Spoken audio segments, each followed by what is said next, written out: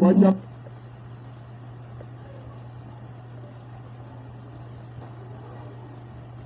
Ìjọba pẹ́ títí ọjọ́ àpín o, bọ́nà bá jìnnà jìnnà àdópin o, àti kárí àdópin àrẹ, àbàtìjìyà àdópin ìyá o, àti tuntun àti kan ògiri, ó má ti kẹ́yìn kọ́ lọ́tẹ̀ ìmọ̀ o bẹ́ẹ̀ ni o. Ọmọ Yorùbá, ọmọ káàárọ̀ oòjíire, èyí tí a ṣe lájò yìí ti tó. Bọ́kọ̀ bá ròkun tó rọ̀ṣà, ó di dandan kó forí fẹ́lẹ́ bùté. Ìyà tí ń jẹ wá lọ́wọ́ àwọn amúnisìn yìí pọ̀ jù. Ọmọ Yorùbá ẹ jẹ́ ká ronú. Èyí la ṣe ń pe gbogbo ẹ̀yin ọmọ bíbí ìpínlẹ̀ Ondo sí ìwọ́de ìta gbangba tí yóò wáyé ní ọjọ́ 22 oṣù karùn-ún ọdún tá a wà yìí. Ìyẹn May 22 oṣù tá a wà yìí. Ṣé bí Yorùbá ló ní kàkà kíkì ni wọ́n ṣàkàpọ̀ ẹkùn ó yẹ kó ní kálukú ó ṣọdẹ lọ́tọ̀ọ̀tọ̀. Kí ló wá dé tọmọ ẹlẹ́ran wá ń jẹgun, tọmọ aláṣọ wá ń wọ àkísà? Yorùbá ilé tó lọ, ilé koko ń tagbe. Ẹ̀yin gbogbo ọmọ bíbí ìpínlẹ̀ Ondo káàkiri ibikíbi tí ẹ bá wà. Ẹ̀yin Àkókó, Ìkálẹ̀, Ìlàjẹ, Ondo, Ọ̀wọ̀, Ọ̀sẹ́, Àkúrẹ́ olóyè mẹ́kùn, Àpọ́ Ìdédèdè àti ẹ̀yin tí n kò lè dárúkọ tán. Ẹ jẹ́ ká jọ pàdé nílùú Àkúrẹ́ ní on the 22 of May, ọjọ́ Sátidé. Ọjọ́ náà gangan la máa ṣe ìwọ́de ìta gbangba alálàáfíà tí kò ní síjà tí kò sì ní síta. Alálàáfíà ni gbogbo àwọn ọmọ Yorùbá, a kì í ṣoní jàgídíjàgan. Ẹ jẹ́ ká túyáyá ká túyàyà wá síbi ìwọ́de yìí torí àwọn bàbá wa Professor Banji Akintoye tí wọ́n jẹ́ aṣíwájú gbogbo ilẹ̀ Yorùbá wọ́n máa wà níbẹ̀. Olóyè Chief Sunday Adéyẹmọ Ìgbòho Òòṣà wọ́n máa wà níbẹ̀ pẹ̀lú àwọn jàǹkànjàǹkàn bíi Ọláyọmí Kóìkí, Awíkóńkó Àkàndá ọ̀rọ̀, Saheed Ògo Àgbáyé àti bẹ́ẹ̀ bẹ́ẹ̀ lọ.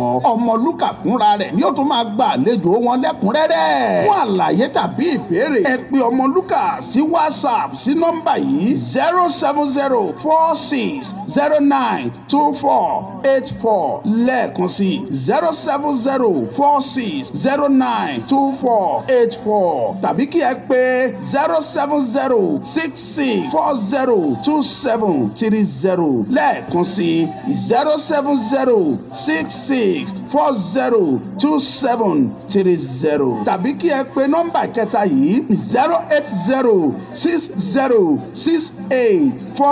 08060684864 tàbí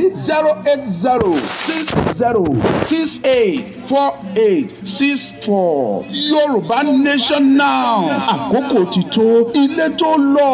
Àgbẹ̀ kan ò ní roko títí kó má padà sílé. Yorùbá o, ilé ti yá. Ó di láéláé pọ́npá, ó mà di láéláé pọ́npá. Yorùbá ò ní dọ̀bálẹ̀ ẹ̀fẹ́ nìkan, ó ti kẹ́yìn kọ́ lọ́tẹ̀ ìmọ̀ o. Yé ẹ̀dìdé ẹ̀dìdé dídé bí ológun, ẹ bá jàgbá sílẹ̀ o, ẹ rántí àtọmọdọ́mọ. Kò ní bàjẹ́ fún wa láéláé, orin yẹn ti sọ. Ìpolówó tá ẹ gbọ́ yẹn, ó ní ẹ má dájà sílẹ̀, ẹ rántí àtọmọdọ́mọ. Ó kọ́kọ́ bẹ̀rẹ̀, ó ní ó di láéláé kan wá, ó má dé láéláé kan wá. Yorùbá ò ní dọ̀bálẹ̀ ẹ̀fẹ́ nìkan, ó di gbẹ̀yìn fọlọ́tẹ̀ mọ́ o. Yé ẹ dìde dìde bí ológun, ẹ má dọ̀tẹ̀ sílẹ̀ o, ẹ má da ìjà sílẹ̀ o, ẹ rántí àtọmọdọ́mọ. Ẹ̀yin tẹ́ ẹ bá dọ̀tẹ̀ sílẹ̀, ẹ̀yin tẹ́ ẹ bá dá wàhálà sílẹ̀, ẹ̀yin tẹ́ ẹ dájà sílẹ̀, ẹ rántí ìran àwọn ọmọ yìí wọ́n á fi pa tán. Àwọn ìran kan wà lẹ́ni tó jẹ́ pé wọ́n ní àwọn náà dá bàbá Awólọ́wọ̀, àwọn náà bá ti bí jẹ́, àwọn náà gbẹ̀yìn bẹ́bọ jẹ́, àwọn náà ṣe báyìí sí bàbá Awólọ́wọ̀. Di ọ̀la wọ́n ń sọ ìtàn wọn wọ́n ń sọ nípa ìtàn wọn. Kódà àwọn ọmọ wọn gan tún gbọ́ ìtàn, ọmọ tọmọ wọn bí gan tún ti ń gbọ́ ìtàn. That is wípé n tá a bá ṣe àṣepamọ́ ló wà, kò sáṣegbé. Gbogbo n tá a bá ṣe, gbogbo ẹ̀ pápátá la máa jèrè ẹ̀. Mo kí gbogbo ẹ̀yin tí ẹ wà pẹ̀lú mi tí ẹ ń gbọ́ mi lọ́wọ́lọ́wọ́. Ẹ já kó anthem wa ká kọjá sórí program wa láì fi àkókò ṣòfò. Ká bọ́ sórí anthem sòsí.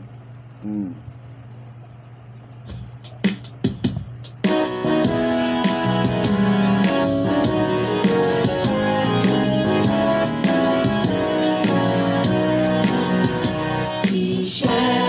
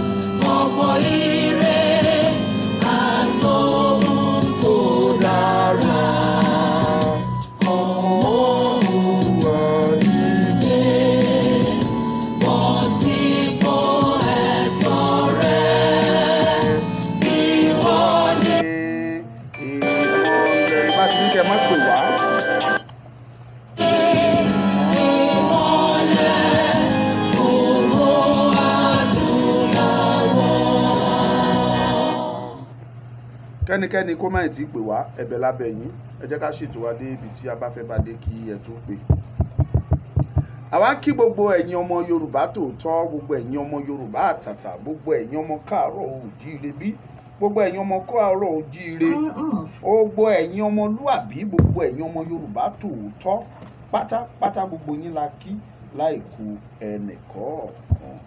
Ọmọlúkà lórúkọ tèmi ń jẹ́. Mo dúpẹ́ lọ́wọ́ gbogbo ẹ̀yin tí ẹ ti wà pẹ̀lú mi. Ẹ bẹ̀rẹ̀ sí ní bá wa pín ètò yìí. I want to appreciate every one of you watching us live from the Facebook, from YouTube. We appreciate you all. Ọmọlúkà is my name. For those of you who haven't shared this program on Facebook, please do share it. Share to every WhatsApp groups you are. For those of you watching us live from the YouTube, I want to appreciate you once again. We need about 110 subscribers to hit 4,000 subscribers. And I'm very sure with your assistance, with your help, we can hit 4,000 subscribers before the days runs out. With your help. I'm not saying by force. With your help, with your assistance, we can hit 4,000 subscribers before the week runs out. And I want to appreciate every one of you. Click on the subscribe button. Share it. Then let us have your comments. At the same time, let us see your like and love. Just put it there. And continuously, I will continue to appreciate every one of you. I appreciate you all. Ọmọlúkà is my name. Originally, I am from Ondo State, Okakoko. Thank you very much. Kudos. Ọmọ Yorùbá tòótọ́ ni mí, original ọmọ Ọ̀kàkókó, ọmọ òkòròkòrò lógun sáà àti pákìrìkìrì lọ́tẹ̀, ọmọ ojúlógun kàjúbàkà kejì, ọmọ oh God orí mi dẹ̀ ń wú ọmọ akóyan bọ́tà máa mú karaba lẹ́ o èmi náà tún lọ́mọ ọmọ ògìdán ògún mọ́gàrà ọmọ yára ń jẹ bí olóko hìhì ẹ̀yin tèmi l'Ọ̀kàkókó wọ́n ní bọ́kọ̀ bá ròkun bó rọ̀ṣà forí fẹ́lẹ́ bùté mi ò jẹ́ gbàgbé ilé mi jẹ́ gbàgbé ìlú mi Ọ̀kà ìlú ìbílẹ̀ mi kò sí ìlú bí Ọ̀kà fún mi bí mo ṣáko lọ títí èmi yóò padà sílé Ọ̀kà nílùú mi ò Ọ̀kà nílé ẹ jẹ́ kí gbogbo wa parapọ̀ láti tún ìlú Ọ̀kà yìí ṣe ní kíkú ní yíyẹ Ọ̀kà la ó padà sí Ọ̀kà nílùú mi ò Ọ̀kà nílé ká ṣiṣẹ́ ká ṣiṣẹ́ ká ṣiṣẹ́ fún ògo Ọ̀kà bó dára ó dọ̀wọ́ wa bó bá jẹ́ a ó tún ṣe. That is just the anthem of my town from my ìlú. Mo kàn bẹ́ díẹ̀ ní o n bá fi kẹta ẹ sí Ọ̀kà támútámú Ọ̀kà rúfẹ́ ẹ fẹ́ mọ̀ túmọ̀ ẹ Ọ̀kà támútámú Ọ̀kà rúfẹ́ lórí òkè ohun pẹ̀tẹ́lẹ̀ Ọ̀kà nílé lóko níbikíbi tẹ́ bá wà Ọ̀kà nílùú wa Ọ̀kà nílé oríjìnà ọmọ bíbí Ilé Ifẹ̀ là wá Ọ̀kà rúfẹ́ Ọ̀kà tó jáde láti Ilé Ifẹ̀ wá ni tẹ́ bá dé Ifẹ̀ ẹ bá ìtàn wa ń bẹ ọmọ ojúlówó ọmọ Yorùbá ni wá oríjìnà ojúlówó ọmọ bíbí ilẹ̀ Yorùbá ni wá. So I want to appreciate you once again. Mo dúpẹ́ lọ́wọ́ yín, mo kí gbogbo ẹ̀yin ládé, mo kí gbogbo ẹ̀yin ọmọ Yorùbá tòótọ́ àtẹ̀yin ọmọ Ìkàrẹ́ Àkókó, ẹ̀yin ọmọ Ọ̀gbàgì, ẹ̀yin ọmọ Àkókó porogodo láìkú kan kùgbà gbogbo yín mélòó fẹ́ dárúkọ. Gbogbo ẹ̀yin Àkúrẹ́, gbogbo ẹ̀yin Ọ̀wọ̀ Ọmọdẹ̀, Malọ́gọ̀ Ọmọdẹ̀, gbogbo ẹ̀yin Ọ̀sẹ́, gbogbo Ifọ̀n Òkèlùsẹ̀, Ìyèrè Ọ̀wọ̀, Ìṣùàdà, Èmùrè, Òpẹ̀mẹ̀, gbogbo yín lápapọ̀. Mo kí Àkúrẹ́ gbogbo wọn pátápátá, gbogbo àdí ọ̀gọ̀ gẹ́gẹ́gẹ́gẹ́ dòmùpẹ́ kan.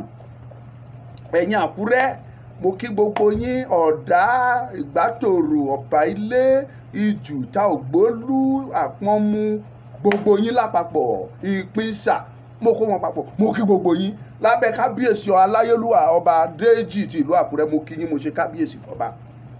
Mo kí gbogbo ẹ̀yin Tòǹdó, gbogbo ẹ̀yin Ìdànyè, kábíyèsí Ọwá. Mo kí gbogbo yín. Mo kí gbogbo ẹ̀yin ti Oǹdó, Òṣèmọ̀wé, Báyìí, kábíyèsí wa Gbayì, Ugba ọdún kan kábíyèsí wà réyìn mú jẹ lókìlì kábíyèsí eyín rẹ̀ ní wọ́ kábíyèsí.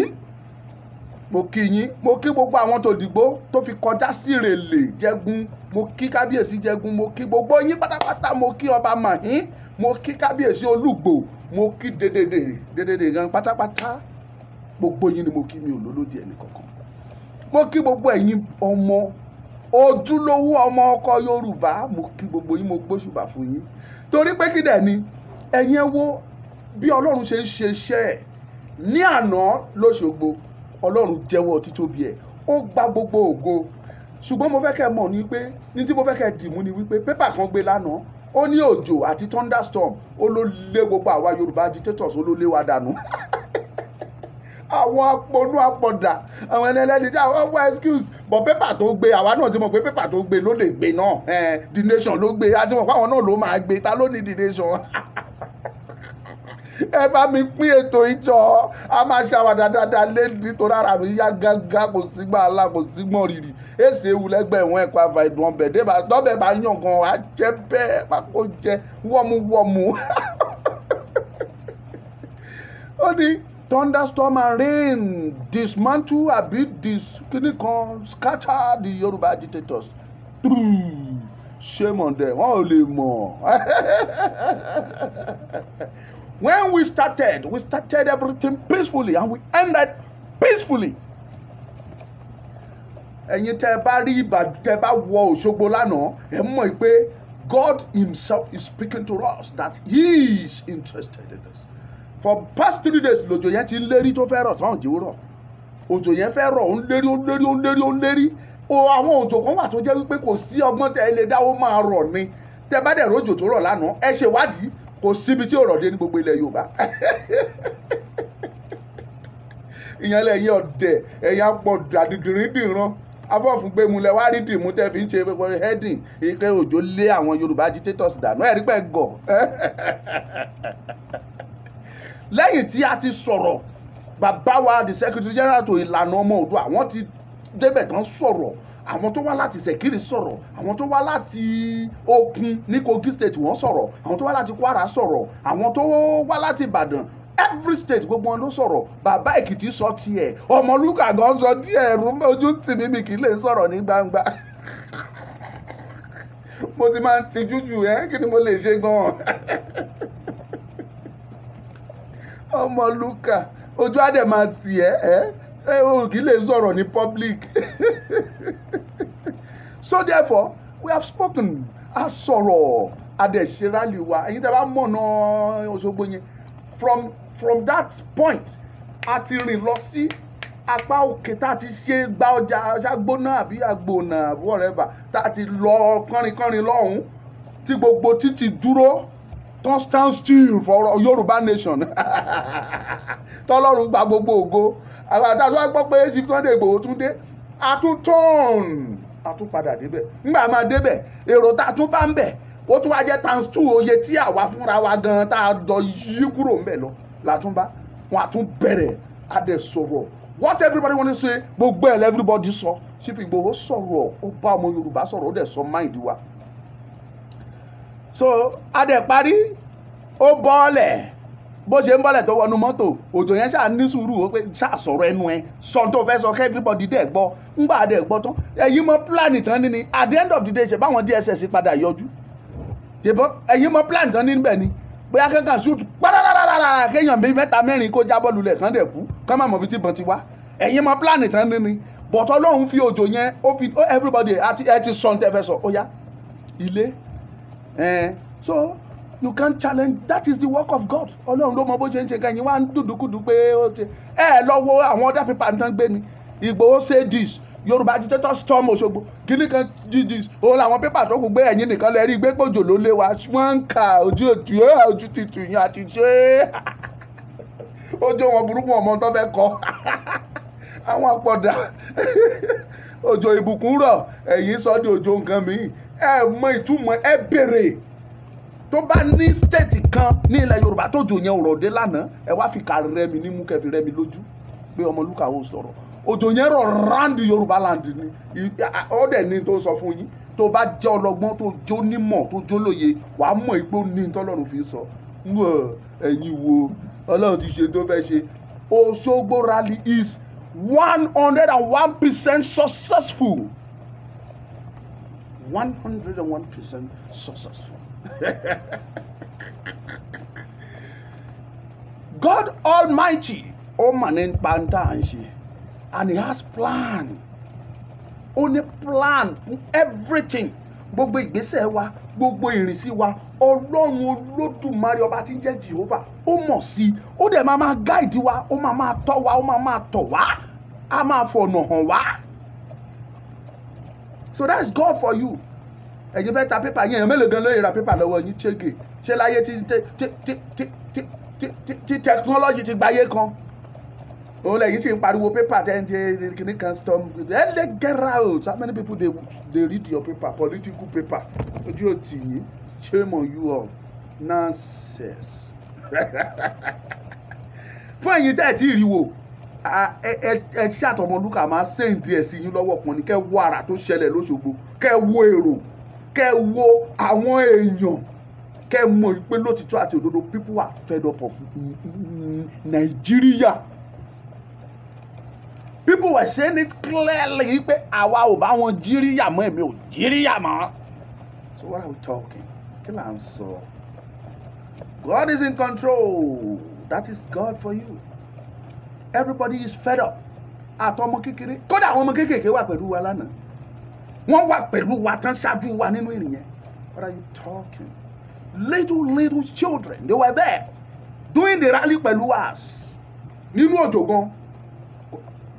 Ṣẹ́rí ẹ lọ sẹ́ńpẹ́, ìtọ́lọ́run bá ti ṣe, ó ti ṣe tán ni.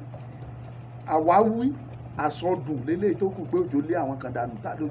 Èèyàn mélòó lẹ gbọ́ pé òjò yẹn pa lánàá? Ilé mélòó ló kó lọ? Ó lè ṣe ìjì, ó ní tó sọ.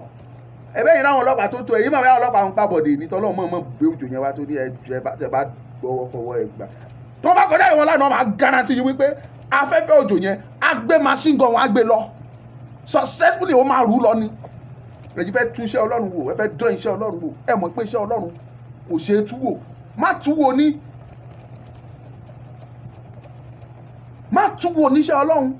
Tọ́lọ́run bá dé tó bá fẹ́ gbìyànjú láti ó tiẹ̀ ní gbìyànjú ẹ̀ ni. Tó bá rò lọ́kàn ẹ̀ wá kú tìrantìran. Kọ́lọ́run kó fúnra ẹ̀ dé kó wá ní àbí kí n lọ sí. Ó rò bẹ́ẹ̀ ni o.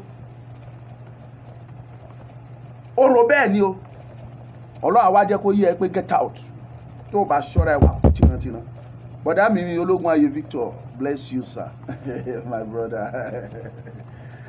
So tọ́lọ́run bá dẹ̀ jí tó bá ló fẹ́ dé, you are in trouble.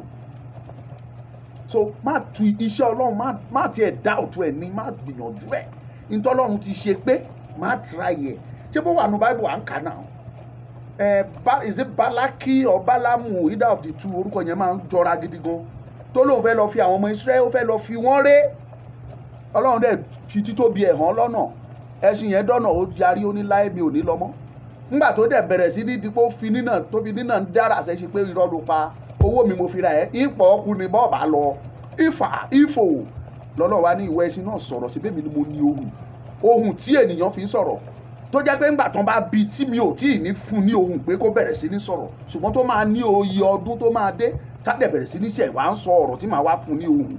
Ṣé bẹ́ẹ̀ mi mo lóhùn? Ó yá ìwọ ẹṣin gbà kan kó tiẹ̀ sáré lò ó.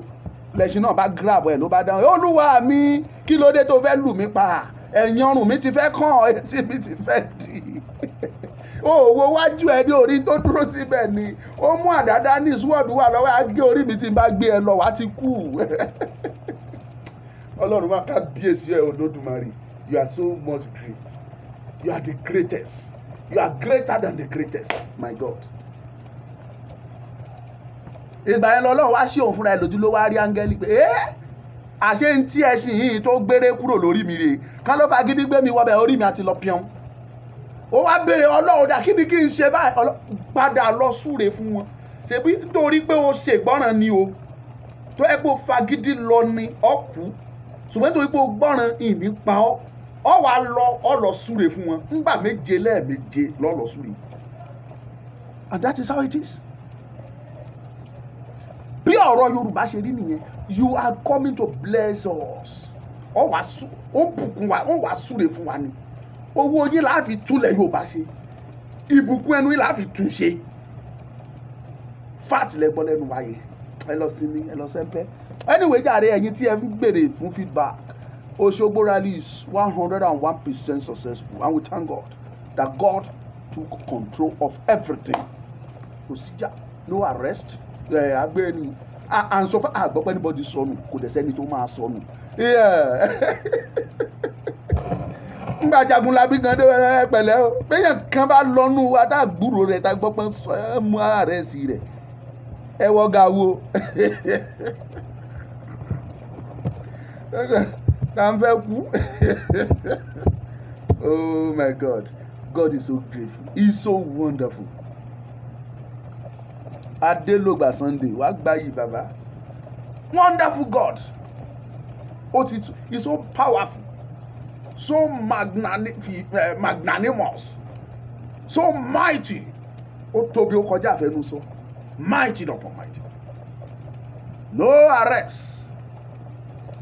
So tẹ̀bá kan tira yẹ la ìkanra la fi lọ́bẹ̀ lánàá arọ̀pẹ́ máa sorí korí ni ẹ gbádùn wa ìgbà ilẹ̀ wa mọ̀ pé yes Yorùbá náà bí ṣeré but thank God ọmọlúwàbí ni wà dẹ̀ ti sọ ọmọlúwàbí.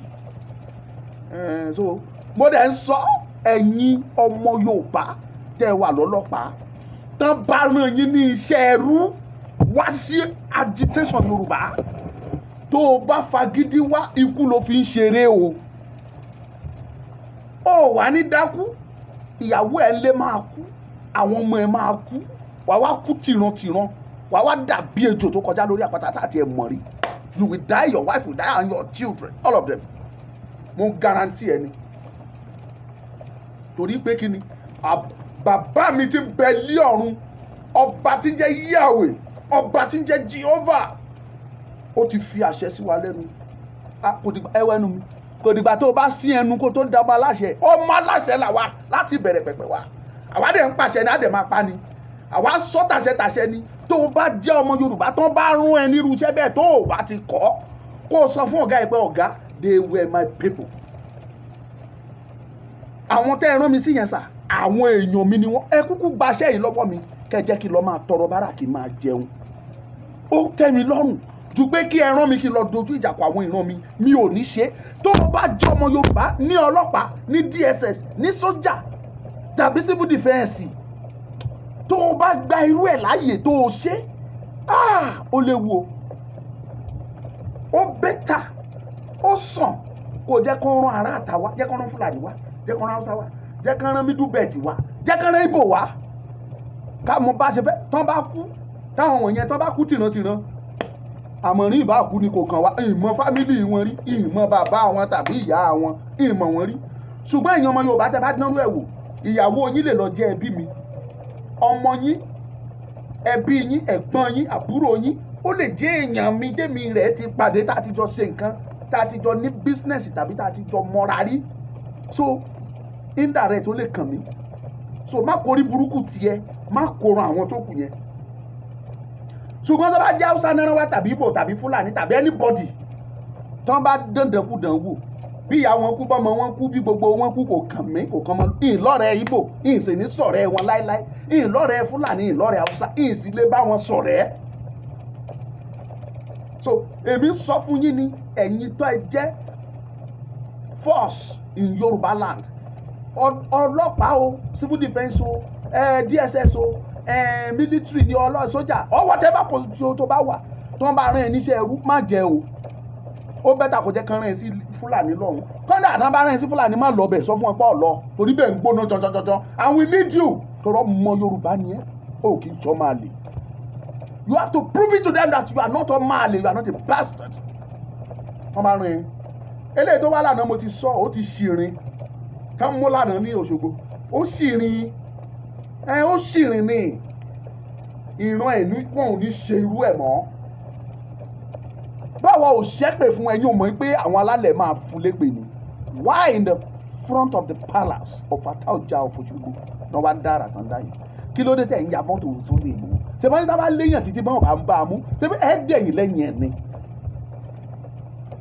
ṣe bí ẹ dẹ̀yìn lẹ́yìn ẹ wọ́n ní bàbá lé ni bá ò bá bá ní ìwọ̀n là ń bá ní ṣọ̀tá mọ́ ẹ ṣe dẹ̀yìn lẹ́yìn ẹ̀ nígbà bẹ́ẹ̀ lelelele tẹ́ ẹ̀ rí mú ẹ bá dẹ̀yìn náà if you can't beat them you join them we don't even need you to join us get out and do your own let us do our own wọ́n rán ẹ níṣẹ́ ẹrú ó dẹ̀ ń bọ̀ èló ló gbé fún ẹ tó ò ní fi ara rẹ tó ò ní lè fàlàáfíà ná ó mà ṣe o bí mo ṣe wà kán wá ní Tinubu mà pè mí o ó gbé 200 million fún èmi Ọmọlúkà o let me tell you ṣé nílẹ̀ Yorùbá ẹni màá ti wá jòkó ná owó yẹn ni àbí màá wá travel out of the country níbi tí mo fẹ́ travel lọ yẹn mi ò ní bọ́mọ Yorùbá ń bẹ̀ tá gbọ́ ìtàn mi ìpè ọ̀dàlẹ̀ ni mí tọ́lọ́run tó wá ṣe ìyanu wọn ò ní pàtàn fáwọn ìran mi wọn ò ní pàtàn fọmọ tí mo bí a máa ní àròjinlẹ̀ jura lọ a máa ní conscience ló ná gbé fún ẹ tó wá síbi Òṣogbo lánàá tó fẹ́ bà nǹkan jẹ́ ó ti ṣirin àwọn alálẹ̀ ló sọ bẹ́ẹ̀ mi kọ́ mo sọ kì í sọ Ọmọlúkà ó ò ní ṣerú ẹ̀ mọ́ ẹ̀yin dẹ́dẹ̀ rí tó ṣẹlẹ̀ lánàá tó bá wù yín kẹ́ ẹ gbọ́ bó wù yín kẹ́ ẹ má gbọ́ tó ń bá lọ ẹ ní irú iṣẹ́ yẹn ó èmi expect ẹ̀yin Yorùbá tẹ́ ẹjọ́ ọlọ́pàá aṣọ ọlọ́pàá yín gan ni kẹ́ ẹ fi gba flag Yorùbá kẹ́ ẹ fi jáde pé èmi kan support Yorùbá nation kò sí tó fẹ́ fi yín ṣe kò sí tó fẹ́ fi mẹ́tàlá yín ṣe àwọn ọmọ Yorùbá kan gan rẹ́dí àti fún yín lówó oṣù yín tó bá jẹ́ yẹn ló ń ṣe yín they will continue to pay your salary tó bá jẹ́ yẹn ló ń ṣe yín tó ń bà yín lẹ́nu kí ni mo fẹ́ máa jẹ o kí ni wọ́n fẹ́ fún mi o tó bá lé mi tó bá suspend mi o kí ni mo á jẹ o Ọlọ́run tó dá ẹnu ṣé kò dá ẹnu máa jẹ ni morúkọ tó ń pe kinní nílùú mi ni àrùn ẹ̀yin ọmọ ọkà tẹ́ wà bẹ́ẹ̀ tí bá ẹ ti já sí o àrùn that means in tó máa ń rún nǹkan àrùn ó lè rún ayé ẹ tó bá dẹ̀ jó oúnjẹ náà gbé kalẹ̀ tó ga tó báyìí àrùn àbádélẹ̀ ó la ṣe ń pè ní àrùn ó máa jẹ́run ni tó bá dẹ̀ jẹ́ pé kó fèsì wọ́ fúnra ẹ kó bẹ̀rẹ̀ sí ní jẹ́ ó máa jẹ ẹ̀rùn ni àrùn òun ló ṣe pè ní àrùn ó máa ń rún nǹkan ni Ọlọ́run tó dá ẹnu ó dá pé dandan ni kó jẹ he knows how to provide for you as far tó jórí òtítọ́ ló dúró lé tó dúró sórí òdodo he will provide for your needs I can guarantee you that má guarantee ẹni honest ọ̀nà tó o tiẹ̀ lérò lọ́lọ́run máa gbà tó máa fi gbé àánú ẹ̀ dìde fún ẹ tí wàá jẹ tí wàá mu tí wàá yó tọmọ ẹ̀ á jẹ tíyàwó á jẹ wọ́n á yó ìmílẹ́lì tó bá rí sẹ́yìn yẹn ó lè ṣe bẹ́ẹ̀ nípa lágbára ó lè nira díẹ̀ that is part of the temptation tó máa encounter tó máa pass through but tó bá dúró máa guarantee ẹ Ọlọ́run ò kì í ṣe bí tó bá jọmọ Yorùbá you don't need to be scared prove to them that you are a first man pé ìwọ náà ò ti gba training yìí wọ́n bá ṣókí kò sí tán fẹ́ fi ẹ ṣe the worst kan ní gba ìwé ẹ̀ máa lọ lé ẹ for what you did. So ẹ má jẹ́ ń parọ́ fún yín o tó bá jọmọ Yorùbá tó rán ẹ nírú iṣẹ́ kíṣẹ́ yẹn tó bá wá o kẹran o orógo o ṣùgbọ́n mo ẹ rí pé mo bẹ̀ ẹ́ níjọ́ bọ̀dá mi àǹtí mi mo fọlọ́run ọba mo fi bẹ̀ ẹ́ jọ̀ọ́ tó bá jọmọ Yorùbá tán bá rán ẹ má wá torí tí ó bá máa délẹ̀ ìwọ nìkan kọ́ ló máa jẹ́ ọmọ ẹ̀ á jẹ́ ń bẹ̀ ìyàwó á jẹ́ ń bẹ̀ kódà ẹ̀gbọ́n ẹ̀ á jẹ́ nú ẹ̀ àbúrò á jẹ́ ń bẹ̀ mo dẹ̀ lè rí lára wọn tó máa jẹ́ èèyàn mi tó lè jẹ́ bí ọ̀rẹ́ tàbí tó jẹ́ òun ló ṣe ń kámẹ́rà mo ṣe ń bẹ̀ yín so ẹ má fi kàn wọ́n ẹ jẹ́ kó jálejò náà máa rán wá sódà ká lè mọ bá ti fẹ́ mú ìrìn wá lẹ́kùnrẹ́rẹ́ mo bẹ̀ yín ní ẹ̀yin ọmọ Yorùbá ẹ jọ̀ọ́ if you are police if you are civil defence if you are DSS you are a soldier and you are a Yoruba by birth by blood don't try it má gbìyànjú ẹ̀ tó o bá lè join wa rọra jòkú ẹ fáfá kó máa wòran má try ẹ wo Òṣogbo lánàá wọ́n lòdù ara wọn sísàlẹ̀ kan ní bámbámẹ níta bá wo fídíò yẹn wọn ò dá sí wa àwa náà dẹ̀ dá sí wọn àjà tá a fi parí kò sí pé nìkan gbára wọn lẹ́sẹ̀ ayé ẹ ò fẹ́ kú kò sí mbẹ̀ nobody fight nobody do anything àṣẹ ní tá a fẹ́ ṣe adẹ̀ lọ jẹ́jẹ́jẹ́ yàtọ̀ sí pàtó ọmọ iná náà fúnra ẹ̀ jáde ọmọ iná tán rán sí iná tó jáde òun náà láforí ẹ̀ pé àìmọ̀ṣẹ́ kọ ọmọ orogun ló fi kí orí sómi gbígbóná. that is just the fact. Ọmọlúkà mú jẹ́ gbọ́ èdè lẹ́ẹ̀kan sí. So 101 Power on. Successful. Bluetooth mode. 101 successful.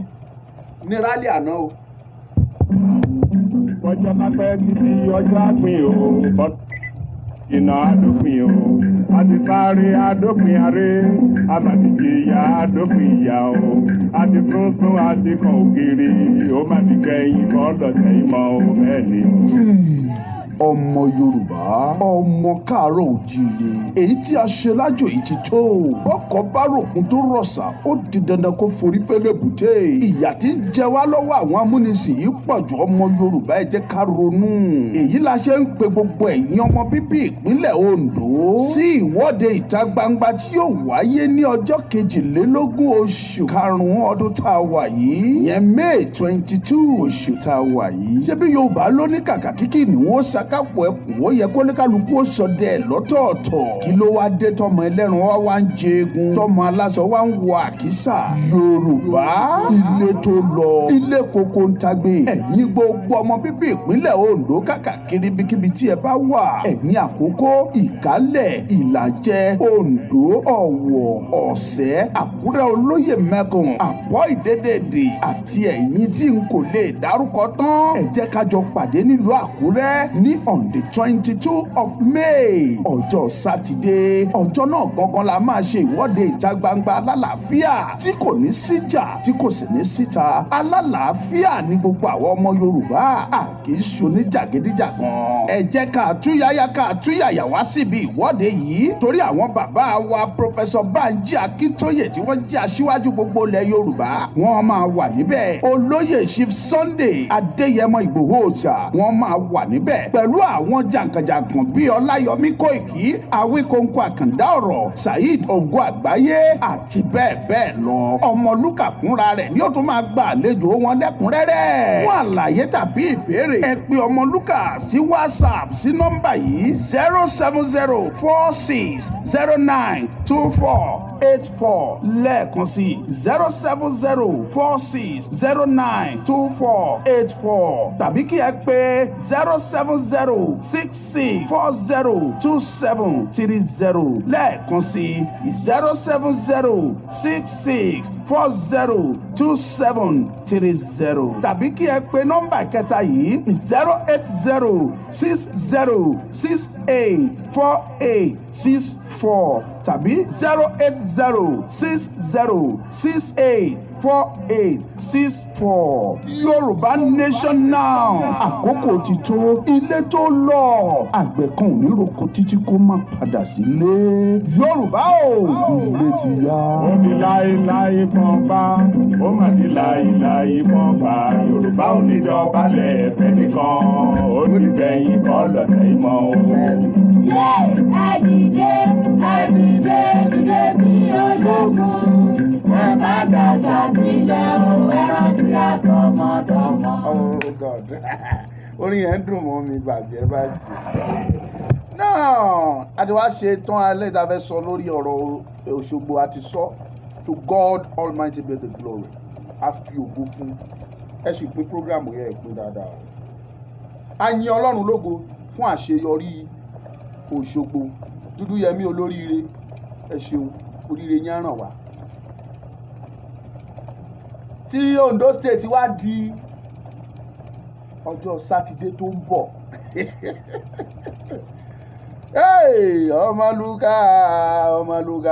Ọmọlúkà o má bẹ̀rù o má mi kàn o Ọlọ́run bẹ lẹ́yìn rẹ o Ọlọ́run bẹ lẹ́yìn rẹ o Ọmọlúkà má bẹ̀rù o. Saturday on the 22nd of May is Ondo State rally, mega rally. ẹ gbìyànjú ẹ connect pẹ̀lú wa kẹ́ wò live ẹ mọ̀ pé lótìtọ́ àti òdodo mo ń sọ mo ń tún sọ mo ti challenge àwọn governor wa not just Ondo State governors alone I am talking of other governors from other states in Yoruba land. Ẹ lo power tó wà lọ́wọ́ yín tẹ́ fi lérò yẹn fi gbèrò jọ ẹ bí wọn ṣé ẹ fẹ́ kí Yorùbá dá dúró ẹ gbọ́ reply wọn ẹ note ẹ kẹ́ wo bó ṣe milẹ̀ tó kẹ́ tún wá béè lọ́wọ́ àwọn pé ṣé ẹ fẹ́ ká sì máa ṣe Nàìjíríà lọ kẹ́ tún gbọ́ reply yẹn kẹ́ note ẹ kẹ́ tún kọ́ kẹ́ wá compare and contrast and compare and multiply and multiplication kẹ́ wo méjèèjì síra kẹ́ wá sàwọn èèyàn bóyá lótìtọ́ àbí kò rí bẹ́ẹ̀.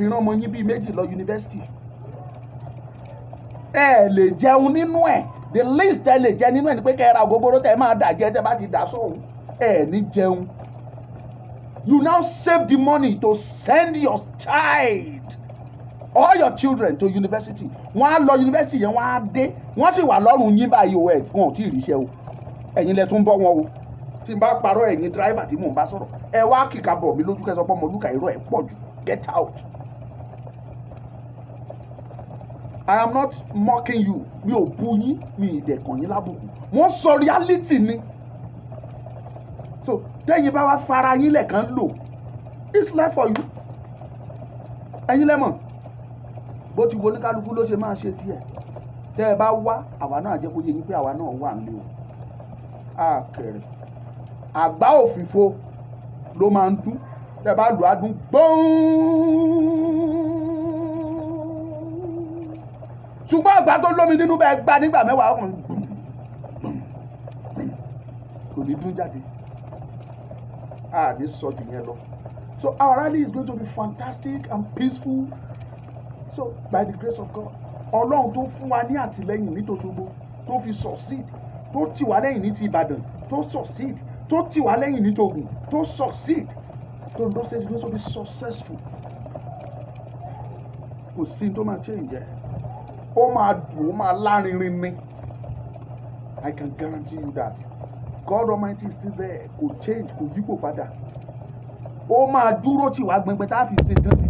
Kò sẹ́ni tá sọnù, kò sẹ́ni tá máa mú, kò sẹ́ni tá máa wá tì.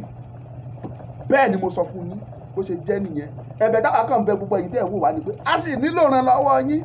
We need your help. Nínú ọ̀tán lásán ẹ̀jẹ̀ ìtàn lè kán ná. We still need your help. A sì need àwọn little things tá a sì fẹ́ get. Àwọn all the local government tán fẹ́ wá a sì nídìí nǹkan fún wọn.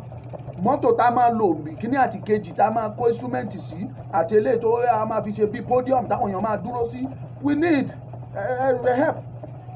Mọ́tò yẹn sì àwọn tá a fẹ́ gbà lọ́dọ̀ ẹ̀ 20,000 náà request fún méjèèjì báyìí that is 40,000 ojú kan tẹ́nìkan lè fún wa lówó ẹ̀ ìyẹn á dúró àmọ́pá ti gbà. Àwọn tó fẹ́ wá from all the local government bọ́ọ̀sì kankan fún wọn tágbára ẹ̀ bá gbé bọ́ọ̀sì kan bó jẹ́ local government tiẹ̀ ṣáàdìde sọ pé local government mi Òkìtìpupa mo da eri mo ha Òkìtìpupa mo ha yìí o wàá sọ pé Òkìtìpupa ni mo gbé bọ́ọ̀sì kan fún Òkìtìpupa kán máa bọ̀ ló bá tán. Ìwọ náà local government ti àwọn àmọye àwọn tó kù tá a dọ́gbọ́n sí local government tí wọn bá ti yọjú àmọye tó bá kù táwa máa dọ́gbọ́n ẹ̀. So àwọn àmọ́ bá ṣe fẹ́ ṣe sí àwọn ọmọ pọ́n tá a máa dá sí àwọn tó bá kù ìwọ tó bá jọ̀wọ́ gbé bọ́ọ̀sì kan fún wọn gbàgbára ẹ̀ ò dẹ̀ gbèyàn kan mọ́ra kẹjọ join kẹjọ sanwó bọ́ọ̀sì kan fún wọn bẹ́ẹ̀ ẹ contact wa we know how to do all these things àmọ́ bá ṣe máa ṣe lẹ́yìn yẹn Ọlọ́run ti gbogbo Ọlọ́run ti take control so nothing more it is God gbogbo nǹkan tí a bá ṣe gbogbo nǹkan tí a bá ṣe Ọlọ́run ló fún wa lórí ọ̀fẹ́ Ọlọ́run ló gbà fún wa iṣẹ́ Ọlọ́run ni kì í ṣe tèmi that is God. So ẹ jẹ́ kí n fi advert sí fún yín mò ń bọ̀ ẹ kàn fún mi ní ìṣẹ́jú ẹyọ kan péré just a minute. Òun ẹran tí a tọmọdọmọ. Ọjọ́ bá pẹ́ títí ọjọ́ àpín o, bọ́nà bá jìnnà jìnnà àdópin o. Àti sáré àdópin aré, àbàtìjì ìyá àdópin ìyá o. Àti tuntun àti kan ògiri, ó bá ti kẹ́yìn kọ́ lọ́sẹ̀ ìmọ̀ o bẹ́ẹ̀ ni. Ọmọ Yorùbá ọmọ káàárọ̀ oòjíire èyí tí a ṣe lájò yìí ti tó bọ́kọ̀ bá rògùn tó rọ̀ṣà ó di dandan kó forí fẹ́lẹ́ bùté ìyà tí ń jẹ wá lọ́wọ́ àwọn amúnisìn yìí pọ̀ jù ọmọ Yorùbá ẹ jẹ́ ká ronú èyí la ṣe ń pe gbogbo ẹ̀yin ọmọ bíbí ìpínlẹ̀ Ondo sí ìwọ́de ìta gbangba tí yóò wáyé ní ọjọ́ 22 oṣù karùn-ún ọdún tá a wà yìí yẹn May 22 oṣù tá a wà yìí ṣé bí Yorùbá ló ní kàkà kíkì ni wọ́n ṣàkàpọ̀ ẹkùn ó yẹ kó ní kálukú ó sọdẹ lọ́tọ̀ọ̀tọ̀ kí ló wá dé tọmọ ẹlẹ́ran wá ń jẹgun tọmọ aláṣọ wá ń wọ àkísà Yorùbá ilé tó lọ ilé koko ń tagbé ẹ̀yin gbogbo ọmọ bíbí ìpínlẹ̀ Ondo káàkiri ibikíbi tí ẹ bá wà ẹ̀yin Àkókó Ìkálẹ̀ Ìlàjẹ Ondo Ọ̀wọ̀ Ọ̀sẹ́ Àkúrẹ́ Olóyè Mẹ́kùn Àpọ̀ Ìdédèdè àti ẹ̀yin tí n kò lè dárúkọ tán ẹ jẹ́ ká jọ pàdé nílùú Àkúrẹ́ ní on the 22 of May ọjọ́ Sátidé ọjọ́ náà gangan la máa ṣe ìwọ́de ìta gbangba alálàáfíà tí kò ní síjà tí kò sì ní síta alálàáfíà ní gbogbo àwọn ọmọ Yorùbá a kì í ṣoní jàgídíjàgan ẹ jẹ́ ká túyàyà wá síbi ìwọ́de yìí torí àwọn bàbá wa Professor Banji Akíntóyè tí wọ́n jẹ́ aṣíwájú gbogbo ilẹ̀ Yorùbá wọ́n máa wà níbẹ̀ Olóyè Chief Sunday Adéyẹmọ Ìgbòho Òòṣà wọ́n máa wà níbẹ̀ pẹ̀lú àwọn jàǹkànjàǹkàn bíi Ọláyọmí Kóìkí Awíkóńkó Àkàndá ọ̀rọ̀ Saheed Ògo Àgbáyé àti bẹ́ẹ̀ bẹ́ẹ̀ lọ Ọmọlúkà fúnra rẹ̀ ni ó tó tún máa gba àlejò wọn lẹ́kùnrẹ́rẹ́. fún àlàyé tàbí ìbéèrè ẹ pè Ọmọlúkà sí WhatsApp sí nọ́mbà yìí 07046092484 lẹ́ẹ̀kan sí 07046092484 tàbí kí ẹ pè 07066402730 lẹ́ẹ̀kan sí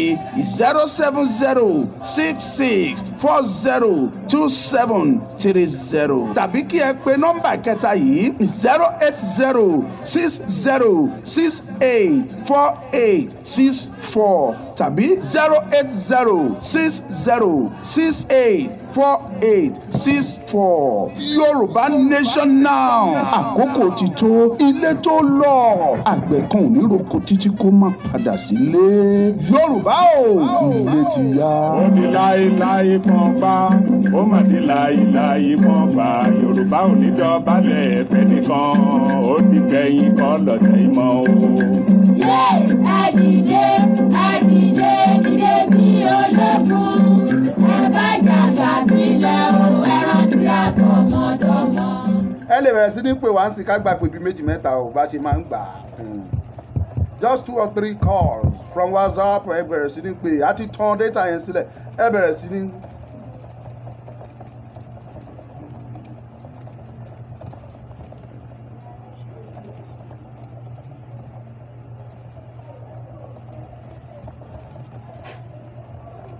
ẹ̀yà alájà ẹ jẹ́ kí n padà pè yín data bá ṣe tán ẹ bẹ̀rẹ̀ sí ní pè wá ẹ bẹ̀rẹ̀ sí ní pè wá ṣe rí in tí mo fẹ́ kí gbogbo wa dì mú ni wípé tá a bá ṣe tán ní Ondo State a tún darí sékìtì a tún ṣe tèkìtì tá a bá tún parí tèkìtì à ń lọ sí Kwara tá a bá ṣe tán Kwara à ń lọ sókun ìyẹn ní Kogi tá a bá parí mbẹ̀ à ń lọ Ṣẹ̀kírì ní Warri a lọ ṣe massive rally mbẹ̀ tá a bá wá parí mbẹ̀ à ń darí sékòó wọ́n gbà. Dem go know say Yoruba no be chere chere, dem go know. Ẹ pè wá kẹ́jẹ́ ká gba ìpè bíi méjì mẹ́ta 07046092484 07046092484 ẹ̀yin tẹ́ wà ní diaspora lọ́wọ́ ẹ ti mọ kóòdù tẹ́ máa fi sí that is +234 òun lẹ máa fi sí tẹ́ máa fi pè é tẹ́ bá ti ṣe bẹ́ẹ̀ yan owó ọkàn ní WhatsApp ni o ẹ má pè direct ẹ bá pè direct kò ní lọ. Dúdúyẹmí olóríire Yorùbá first nothing more Yorùbá first in everything Yorùbá first think Yorùbá first think Yorùbá first.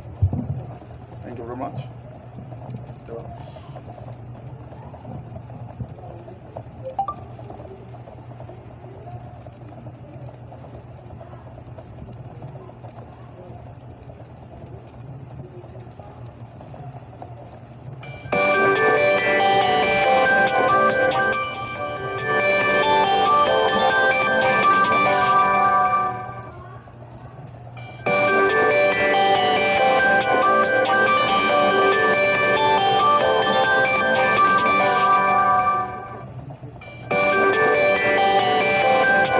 Ẹgbọ́n sókè o, à ń gbádùn yín. Hello. Hello. Hello. Hello, à ń gbọ́ yín. Hello, ọmọ. Bàbá mi, ẹ kúṣẹ́ o, ẹ kúṣẹ́ ìlú o. A dúpẹ́ lọ́wọ́ Ọlọ́run ọba o. Yes. Fún gbogbo ìrìn àjò àná tó bá wa bẹ̀rẹ̀ láyọ̀ àtàlàáfíà. Ọpẹ́ ni fọ́lọ́run. A dúpẹ́ o, Ọlọ́run ṣeun o. Oòduà á gbé gbogbo wa o. Àmì àṣẹ Èdùmàrè. Olórí sọ̀rọ̀ láti London o. Ẹ kúṣẹ́ o, ẹ kúṣẹ́ ìlú o. Ẹ ṣeun, a dúpẹ́ màá. It is well with you. Ẹ ṣé o, we really appreciate everybody o. Ẹ ṣé o. Ẹ ṣé gan. Ẹ̀yin èèyàn wa, ẹ jáde, ẹjọ́ yìí. Ẹjọ́ yìí, ẹ má jẹ́ kán kó yín láyà jẹ. It is your right. Láti protest is a peaceful one. Peaceful one. Ẹ má jẹ́ kéèyàn kan dúnmọ̀rúmọ̀ mọ́ yín. Ojú ti là, ayé sọ̀rọ̀ sókè la wà yìí. Bẹ́ẹ̀ni. Ẹ jọ̀ọ́ ẹ jáde. ẹ jáde àdìdí dákẹ́ta dákẹ́ oníjẹ́ ká má kọ́kọ́ ọmọ ọba wa kó máa wùwọ́ kó máa jẹ́jẹ́ ìjẹ́ ọmọ ọ̀dọ̀ ẹ jọ̀ọ́ ẹ jáde wọ́n pohùn má gbogbo lẹ́nu àwọn ò ṣe ọ̀dà àwọn ò ṣe ìwúlígáǹsì ẹ̀rọ.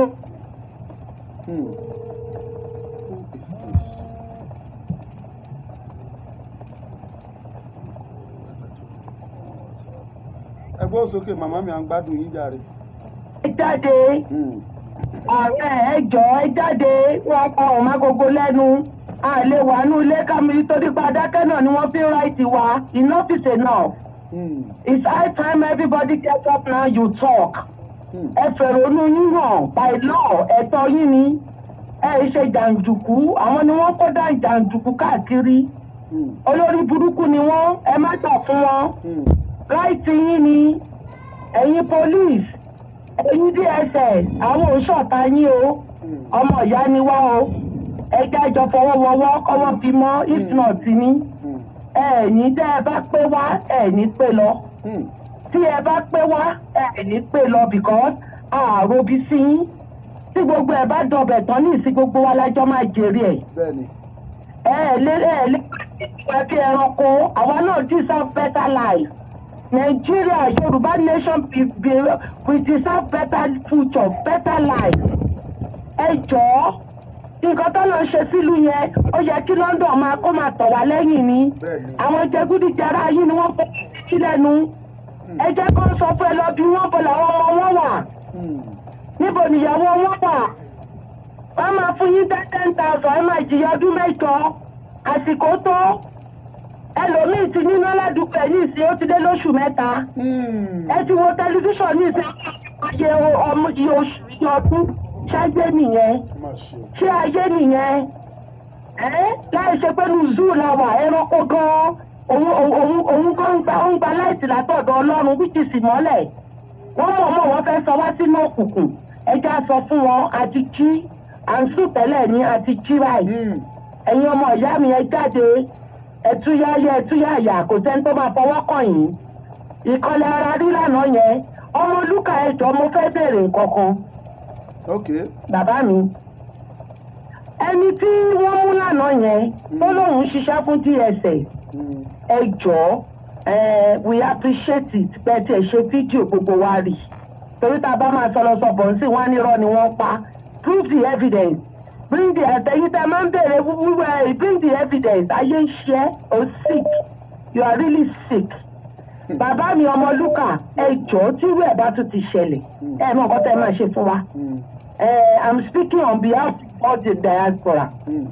Next time fóònù ẹ gbà á aago tó wọ̀ sọ́wọ́ ó fi ṣẹ́ẹ̀lì sọ́rùn ẹ gbà á bàtà ẹsẹ̀ ẹ gbà á ẹ máa wá ṣe ọmọlúàbí fún ọmọlúàbí náà ni wípé ẹ lè fi tíṣẹ̀tì ọrùn ẹ̀ bí ó yá pọ̀pù whatever tó bá wọ̀ ẹ fílẹ̀ fún pọ̀ṣọ̀kòtò tó bá wọ̀ sí ìdí yẹn ẹ gbàlà rẹ̀ àti pátá ẹ gbàlà rẹ̀ àti pátá tẹ́ ẹ bá ti ń gbà yẹn ẹ má rìkọ́ọ̀dù yẹn o ìgbà tó bá ti wà wọ́n o tó ń gbé langilangi ẹ̀ káàkiri ìyẹn ni kò rìkọ́ọ̀dù ibẹ̀ ni kò wá ti ṣe interview fún ṣó ti yẹ yín tẹ́ ẹ bá lẹ̀ ya wèrè àwa gan máa fi hàn yín pé ẹ máa bọ̀ wá ń lé Ọlọ́run lẹ́dẹ̀ ń bá ń lé iṣẹ́ agbára wa àwọn olólóṣèlú kankan o bọ́ Ọlọ́run ló tì wá lẹ́yìn ẹ má jẹ́ kán lọ lásán mọ́ o ẹ jọ bàbá mi a tún lọ replan ni tí wọ́n láwọn ṣe èrè ni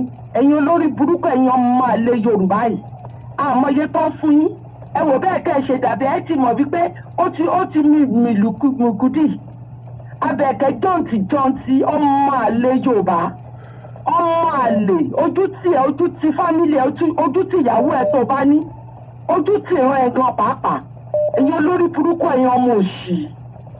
ẹ ṣeun bàbá mi ẹ jẹ́ fẹ́ lòmí ìlàyé God bless you. ọkọ̀ ayé ò ní ba gbogbo yín tọmọtọmọ tẹbítẹbí o ẹ ṣé o we appreciate you all.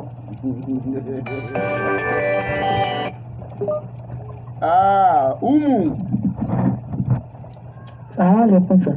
Wa alaikum assalam. Ẹ bọ́ ni sir. Hello, sir. A wà lórí program o, ṣé ẹ fẹ́ dá sí program nàbí kí n pè yín lẹ́yìn program? No, ẹ pè mí later, sir. Okay.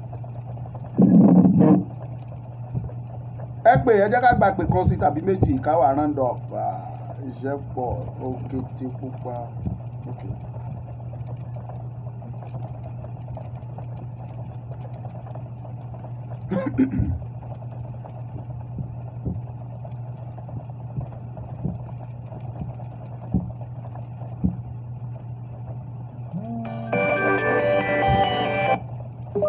À ń gbádùn yín o.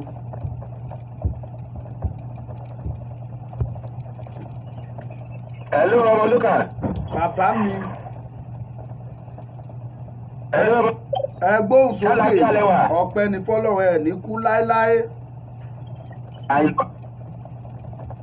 Àmì bàbá mi ẹ kú iṣẹ́ àná ẹ̀yin àti Kóìkí àti bàbá mi Sunday Igboho ẹ kú iṣẹ́ mo rí ọwọ́ ẹ o ṣe inú mi máa ń dùn tí máa ti rí program ẹ̀ tí máa dẹ̀ ti rí ẹ ní ètò agitation inú mi máa ń dùn ní èmi àti ìyàwó mi àtàwọn ọmọ ìṣẹ̀lẹ̀ máa ń gbàdúrà fún yín Ọlọ́run á sì wá délẹ̀ ìlérí. Hello. À ń gbádùn yín à ń gbọ́. Ẹ̀ṣẹ̀ mi lánàá o ẹ kí lẹ̀ṣẹ̀ o. Ẹ dáríjì mí kíjẹ tó béèrè ẹ dá kọ́kọ́ dáríjì mí. Ok, mo ti dáríjì yín. Ok, mo fẹ́ bọ́ sí. Olórí burúkú ọmọ àlè tó wá síbẹ̀ lánàá ẹ ṣe nà ní ìrọ̀ká àgbélékú ó délé kó lọ kú ó yẹ kí ti gbọ́ ẹ̀kọ́ tó kú báyìí ni so that a lè kọ́ àwọn ọmọ àlè lókù tó ń bọ̀ a lè kọ́ wọn lọ́gbọ́n ó yẹ kí ti lò ní ìrọ̀ká àgbélékú lánàá yẹn ni ká máa gbọ́ pọ̀ tó kú báyìí ẹni bọ́ ìdọ́rọ̀ padà wá Ọmọlúkà mo bẹ́ẹ̀ tó lọ náà mo forí òdùdú àbẹ́ mo forí adé bẹ́ẹ̀ ẹni bọ́ ìdọ́rọ̀ padà wá síbẹ̀ wá dé stọ́ọ̀pù yín tó lóòjọ́ máa lè tó lórí láyà wá ẹ bá wa lò ní ìrọ̀ká àgbé ẹ má jọ kú síbẹ̀ yẹn gangan ẹ jẹ́ kó ra délé kó lọ kú sọ́wọ́ ìyàwó kó lọ kú fún ìran Fúlàní tó fẹ́ kú fún ẹ ṣe gan gidi o ẹ jẹ́ fẹ́ lómi láàyè ọlọ́. Ṣẹ́rí ẹgbẹ́ òsókè màmá mi ẹnìkan dùdùkudùn bí Olú Brown ẹni sùn ó ní Olú Brown tí ẹ. Hello, Ọmọlúkà. Màmá mi tó ṣú ọ máa wà jáde sí ẹni sùúrù mọ́mì mi ẹni sùúrù fún mi. Ó ní when are you coming to Lagos you will smell your yansh. So tí dìdìrín yẹn tó bá ṣì wà ń bí èmi ò yọ̀yàn ọ̀rọ̀ dùn lẹ́nu ẹ̀ ló fi sọ.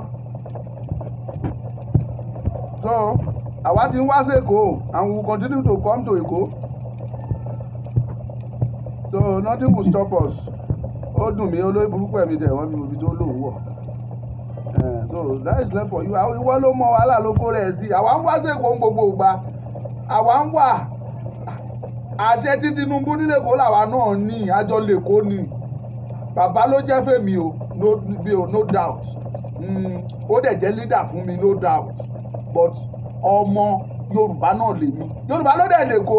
So don't yẹ̀yẹ́ yourself, don't make yọra ẹlẹ́nu, you smell your hands. Since the day I dey come, wetin you do?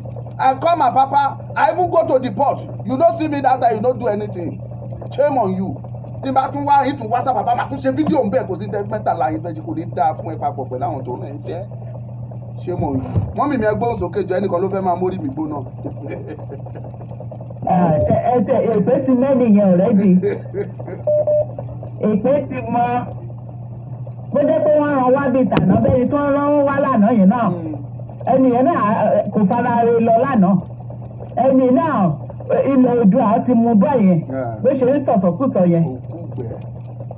Ẹ pẹ̀lẹ́ èmi kàn fẹ́ dúpẹ́ lọ́wọ́ yín ni àtẹ̀yìn àti Koiki Media àti bàbá Ṣèfìgbòho àti bàbá lẹ́kìtì àti gbogbo yín ẹ wú wa lórí lánàá we are proud of you guys.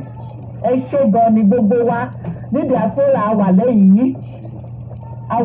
yín Ọlọ́run àti ọmọ máa dúró tì yín Ọlọ́run máa pa yín mọ́ ẹ máa jáde láyọ̀ ẹ máa wọlé láyọ̀ àtẹ̀yìn àtẹ̀bí yín kò sí kankan tó máa sọnù gbogbo wa nígbà tí Yorùbá Nation bá dúró gbogbo wa ojú wa ló máa ṣe lágbára Ọlọ́run ẹ ṣé o mo fẹ́ bẹ̀ àwọn èèyàn wa fún Ondo rally ẹ jẹ́ ká jáde ẹ wo nǹkan tó ń ṣe ní Òṣogbo lánàá yẹn ó wú gbogbo èèyàn lórí ni tí mo ti rí wẹ̀ láti nígbà tí bàbá Awólọ́wọ̀ wà láyé ni nígbà tí bàbá yẹn bá ń ṣe rálì nígbà yẹn lápá jáde dé ilé láàbù Òṣogbo yẹn ó fi hàn pé yes Yorùbá ti dìde. ó ti sún everybody. àwọn èèyàn tàwé díẹ̀ díẹ̀ ẹ ṣe ẹ kú iṣẹ́ tẹ̀ ń ṣe o we really appreciate you sir. tó káwọn èèyàn wá jáde kó má bẹ̀rù Ọlọ́run wà lẹ́yìn gbogbo yín o Ọlọ́run wà lẹ́yìn yín ẹ̀jẹ̀ jọ gbogbo àwọn èèyàn lọ́nà kọ́nà tó bá lè fi support àwọn agitators tó wà nílé yẹn ẹ jẹ́ ká máa ṣe kò tó kéré jù ní Nàìjíríà báyìí ó ní ìkan tí 5,000 máa ṣe 10,000 máa ṣe ẹ má jẹ́ ká dé òdìgbà tá a bá ní 100 million 1 million ẹni bá ní 1 million kó gbé sílẹ̀ ẹni bá dẹ̀ ní 10,000 kó fi sílẹ̀ Ọlọ́run àdúró ti gbogbo wa Ọlọ́run á dẹ̀ máa pèsè fún wa àṣeyọrí la máa ṣe lórí Yorùbá nation lágbára Ọlọ́run ẹ ṣe mo ní kì í kí yín ni Ọlọ́run àdúró tì yín. Òṣùpá nílé mo gbósùbà fún yín o mo gbé kúdòs fún yín mọ́ mi àgbáyé adalẹ́ ni sà lágbára Ọlọ́run láṣẹ àwọn alálẹ̀ lágbára àwọn tó nílẹ̀ àgbáyé gbọ́dọ̀ dalẹ́ ni ojú òní tì yín mo dúpẹ́. Ìpè kan péré la kàn máa gbà sí tí a máa round up torí àkókò wa a sì fẹ́ lọ sí another meeting without wasting much of our time. Bàbá wa ti ń gbìyànjú láti pè wá látẹ̀kùn ọ̀rá wa lè sọ bí wọ́n máa padà pè wá wọ́n bá padà pè wá wò take the call.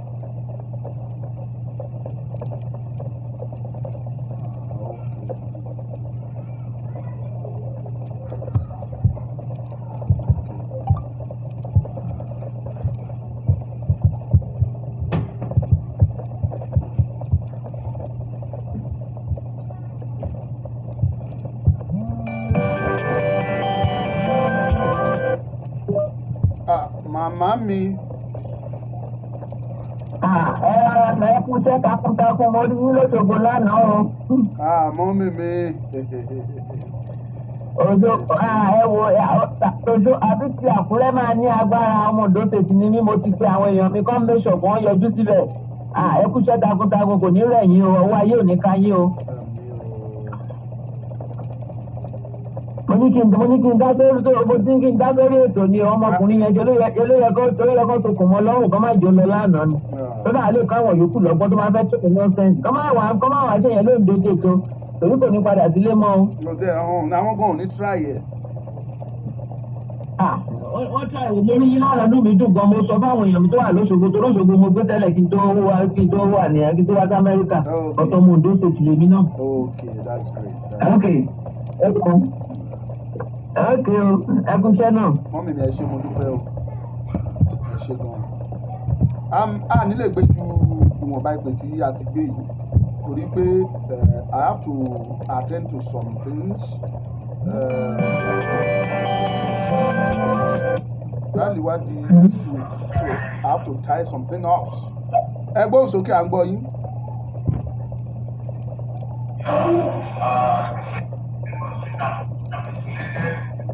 Ṣé ẹ fẹ́ gbọ́ wa ni àbẹ́fẹ́ máa gbọ́ tọ̀hún ẹ pa kan fún kan ni o.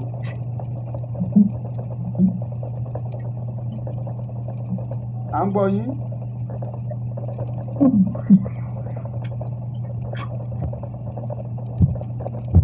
Nítorí àkókò wa a nílè rí ju wọ̀nba tí a rí wọ́n bọ̀.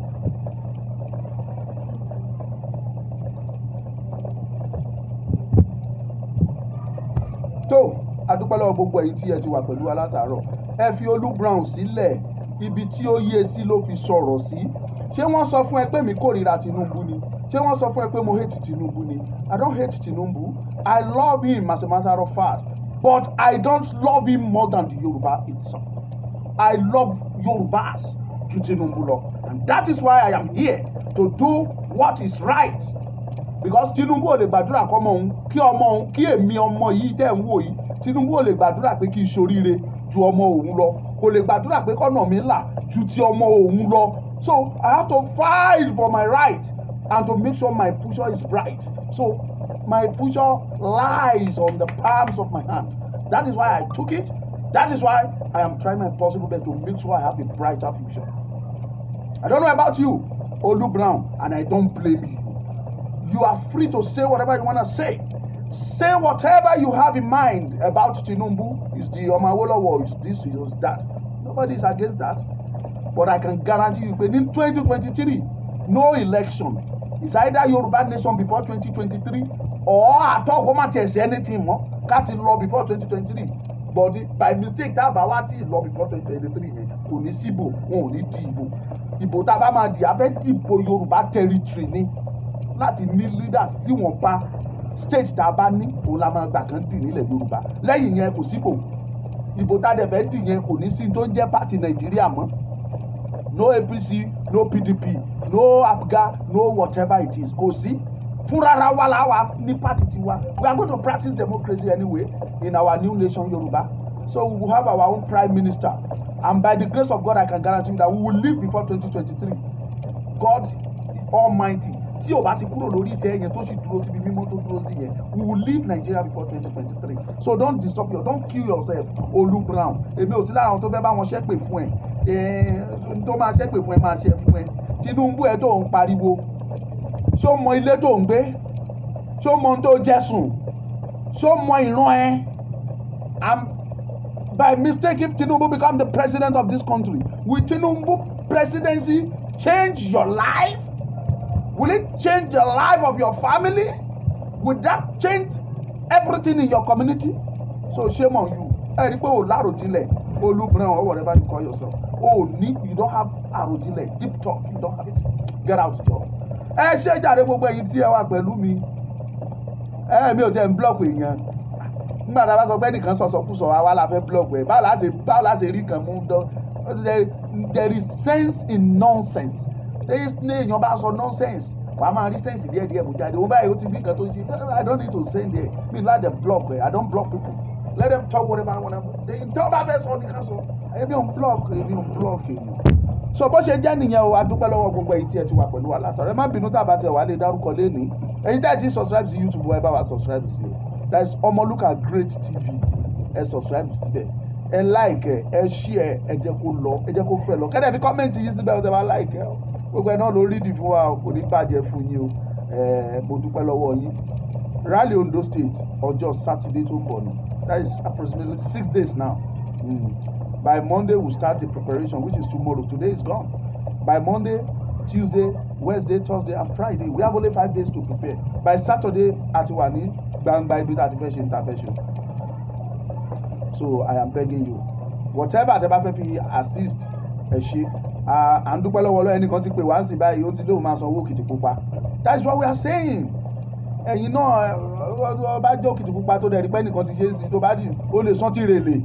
Àwọn náà gbé bọ́ọ̀sì kan kò sí tó burú bẹ́ẹ̀ so you continue that way adé lè rí ìlú tí anybody ò tiẹ̀ ní dìde so ìwọ náà dìde kó ràn wọ́n lọ́wọ́ káwọn èèyàn ọ̀pọ̀lọpọ̀ tó bá yẹ pé orí ọ̀fẹ́ àyè wà ní millions of people ló fẹ́ wá from àwọn àrọ́kọdá àti lọ lóríṣiríṣi náà rẹ́dì pé àwọn ń bọ̀ kẹ̀tíkẹ̀tí mọ̀mọ́tò tá a fẹ́ fi kó wọn wádà kó sí so òun náà la ṣe ń dọ́gbọ́n pé at least local government kan a rí local government kan tó jẹ́ pé ìlú tó wà ńbẹ̀ tó márùn-ún for example ìlú mi local government mi tí mo ti jáde ìlú bíi márùn-ún ọ̀tọ̀ọ̀tọ̀ ló wà ńbẹ̀ tó dẹ̀ lọ́ba láti local government mi a ní Ọ̀kà Àkókó a ní Ṣúpárẹ̀ Àkókó a ní Àkùngbá Àkókó a ní Ọ̀bà Àkókó a dẹ̀ ní Ikún Àkókó that is 5 different ìlú kingdoms from my local government alone so kí ni mo fẹ́ mú jáde ni pé àkàìmọye àwọn ìlú wọ̀nyẹn báyìí ló jẹ́ pé they are ready to come but láti lè jẹ́ kó rọrùn la ṣe sọ pé bọ́ọ̀sì kan sí local government kan dìde kó san ti local government yẹn tó bá dẹ̀ lágbára àti gbé bọ́ọ̀sì fún ìlú ẹ̀ sọ bẹ́ẹ̀ bó ní jẹ́ ká gbé fún wọn bẹ́ẹ̀ ká pa àwọn tó bá ń ṣojú wa bẹ́ẹ̀ ká gbé fún ìsìnkú ó yá ẹ̀ka èrò sínú ẹ̀ ká máa bọ̀ ká jọ ṣe kó yẹ wá ni so àjọ yẹ gbogbo wa ni ẹ̀yin náà ẹ̀ wo Òṣogbo lánàá ọjọ́ ìgbàdàn Ọmọlúkà ẹ gbọ́dọ̀ dìde o ẹ dìde o ẹ fún wọn lówó mọ́tò ẹ jẹ́ kan wá o ẹ fún wọn lówó mọ́tò ẹ jẹ́ kan wá o ẹ jẹ́ kan wá o Ọlọ́run tó dẹ̀ ń pèsè fún iye ọmọ bí tó ti máa di o that is God for you. Ó mọ bó ṣe máa di fún yín. So ẹ má doubt ẹ, don't doubt God. He provides. So whether with $100 or €100 ni tó bá ti ṣe dẹ́bẹ́jì. €100 tẹ́bí jẹ papanu ní Amẹ́ríkà bẹ́ẹ̀ ní UK ní Europe. So ìyẹn wá lówó change ni. Do it. Ọlọ́run ti ṣe ẹ̀kan ya Ọmọlúkà ẹ̀ fún ẹ̀ kẹ́kàn gbé bọ́ọ̀sì kankan bọ́ ti parí. So that's it. Ẹ gbá yọ̀kan ẹ̀ sí ká tó máa lọ jàre. Ọjọ́ bá pẹ́ títí ọjọ́ àpín o, ọ̀nà bá jìnnà àdópin o. Àti sáré àdópin aré, àbàtìjì ìyá àdópin ìyá o. Àti súnsún àti kan ògiri, ó má ti kẹ́yìn kan lọ́sẹ̀ ìmọ̀ o bẹ́ẹ̀ ni. ọmọ Yorùbá ọmọ káàárọ̀ oòjíire èyí tí a ṣe lájò yìí ti tó bọ́kọ̀ bá ròkun tó rọ̀ṣà ó di dandan kó forí fẹ́lẹ́ bùté ìyà tí ń jẹ wá lọ́wọ́ àwọn amúnisìn yìí pọ̀ jù ọmọ Yorùbá ẹ jẹ́ ká ronú èyí la ṣe ń pe gbogbo ẹ̀yin ọmọ bíbí ìpínlẹ̀ Ondo sí ìwọ́de ìta gbangba tí yóò wáyé ní ọjọ́ 22 oṣù karùn-ún ọdún tá a wà yìí yẹn May 22 oṣù tá a wà yìí ṣé bí Yorùbá ló ní kàkà kíkì ni wọ́n ṣàkàpọ̀ ẹkùn ó yẹ kó ní kálukú ó sọ dẹ lọ́tọ̀ọ̀tọ̀ kí ló wá dé tọmọ ẹlẹ́run wá ń jẹgun tọmọ aláṣọ wá ń wọ àkísà Yorùbá ilé tó lọ ilé koko ń tagbé ẹ̀yin gbogbo ọmọ bíbí ìpínlẹ̀ Ondo káàkiri ibikíbi tí ẹ bá wà ẹ̀yin Àkókó Ìkálẹ̀ Ìlàjẹ Ondo Ọ̀wọ̀ Ọ̀sẹ́ Àkúrẹ́ Olóyè Mẹ́kùn Àpọ̀ Ìdédèdè àti ẹ̀yin tí n kò lè dárúkọ tán ẹ jẹ́ ká jọ pàdé nílùú Àkúrẹ́ ní on the 22 of May ọjọ́ sátidé ọjọ́ náà gangan la máa ṣe ìwọ́de ìta gbangba alálàáfíà tí kò ní síjà tí kò sì ní síta alálàáfíà ní gbogbo àwọn ọmọ Yorùbá àkì í ṣoníjàgídíjàgan ẹ jẹ́ ká túyáyá ká túyàyà wá síbi ìwọ́de yìí torí àwọn bàbá wa Professor Banji Akíntóyè tí wọ́n jẹ́ aṣíwájú gbogbo ilẹ̀ Yorùbá wọ́n máa wà níbẹ̀ olóyè Chief Sunday Adéyẹmọ Ìgbòho Òòṣà wọ́n máa wà níbẹ̀ pẹ̀lú àwọn jàǹkànjàǹkàn bíi Ọláyọmí Kóìkí Awíkóńkó Àkàndá ọ̀rọ̀ Saheed Ògo Àgbáyé àti bẹ́ẹ̀ bẹ́ẹ̀ lọ Ọmọlúkà fúnra rẹ̀ ni ó tún máa gba àlejò wọn lẹ́kùnrẹ́rẹ́ fún àlàyé tàbí ìbéèrè ẹ pè Ọmọlúkà sí WhatsApp sí nọ́mbà yìí 07046092484 lẹ́ẹ̀kan sí 07046092484 tàbí kí ẹ pè 07066402730 lẹ́ẹ̀kan sí 07066402730 tàbí kí ẹ pè nọ́mbà kẹta yìí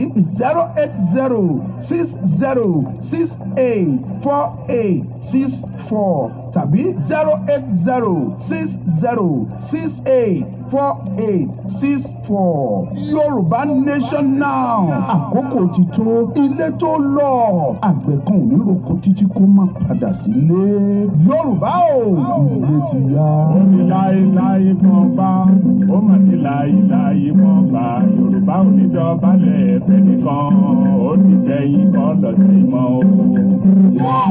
Ẹ̀dìdé ẹ̀dìdé bí olókùn ẹ̀bájàgà sílẹ̀ o ẹran tí a tọmọtọmọ.